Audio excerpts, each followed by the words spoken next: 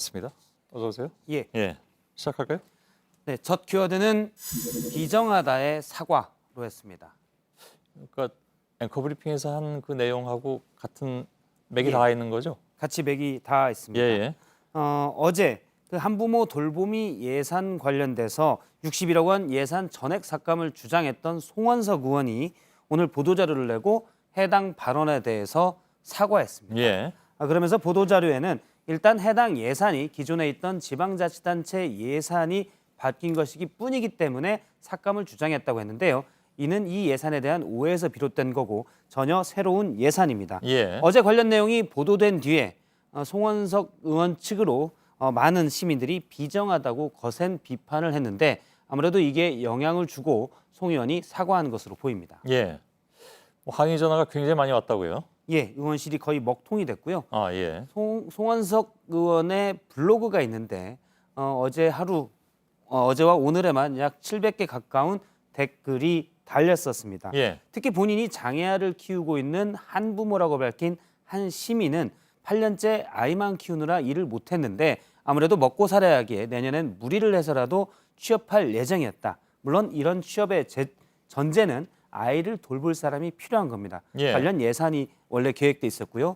그런데 송 의원이 예산을 삭감한다고 하면 그러면 우리는 죽으라는 거냐라고 얘기하기도 했습니다. 예. 많은 시민들의 비판 댓글이 있었는데 몇 개만 뽑아서 보면 내가 내는 세금은 저런 데 쓰라고 내는 것이다 라는 글도 있었고요. 이런 세상에 출산 장려는 무슨 말이냐라는 글도 있었고 아이들을 위하신다고요 많은 댓글도 있었는데 이 맨 마지막 댓글을 보면 사실 송 의원 블로그 첫 프로필이라는 부분에는 아이와 함께 있는 사진이 예. 올라가 있었는데 가식적이다는 비판인 겁니다. 또 지난 8월 송원석 의원이 본인의 지역구에 도로 확장 예산을 중심으로 800억 원대의 예산을 땄다라고 보도자료를 내면서 홍보한 바 있습니다. 예. 주로 국도 확장 예산인데 이것도 다시 도마 위에 올랐고요. 물론 의원들로서는 예산 결정에 신중해야 됐지만 사회적으로 약자들을 돕는 예산에 비정했다라는 비판이 많이 있었습니다. 예. 그러면 이제 한부모 시설의 아이 돌보미 예산은 안 깎이는 겁니까? 어떻게 되는 겁니까? 결과는? 우선 전액 삭감을 주장했던 송원석 의원이 사과했고 한국당 내에서도 예산이 일단 상임위안 그러니까 약 17억 원 정도는 삭감한 안으로 가자는 얘기를 하고 있기 때문에 예. 많이 배정될 가능성이 큰 것으로 보입니다.